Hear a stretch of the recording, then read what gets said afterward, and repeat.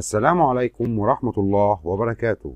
أقدم لكم اليوم التردد الجديد لقناة دراما ألوان بعد تغيير ترددها على النايل سات في 2021 وطريقة تنزيل القناة على الريسيفر.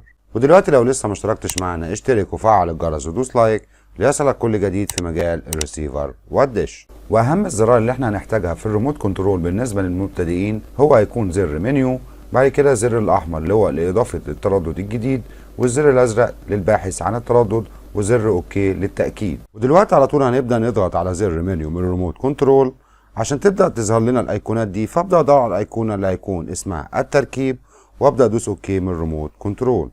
هتظهر لي القائمة دي، هبدأ أدور على كلمة قائمة الترددات وبرضك هدوس أوكي من الريموت كنترول.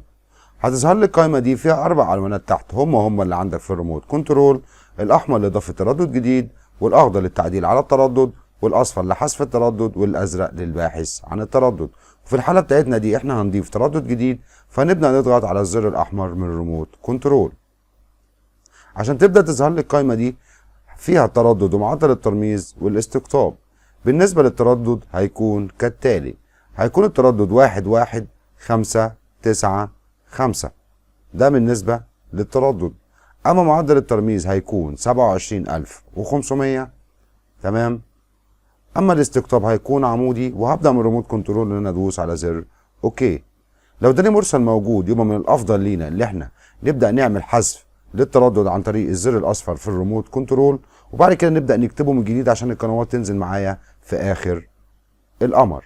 اما دلوقتي بالنسبه لي انا هبدا ادوس على الزر الازرق عشان ابدا اعمل باحث عن التردد، فهبدا ادوس على زر اوكي عشان يعمل لي علامه الصح دي واتاكد من الاشاره. بعد كده ادوس على الزر الازرق عشان ابدا اعمل باحث عن التردد. زي ما انتم شايفين ده القائمه دي فيها باحث عن الشبكه ونوع القناه.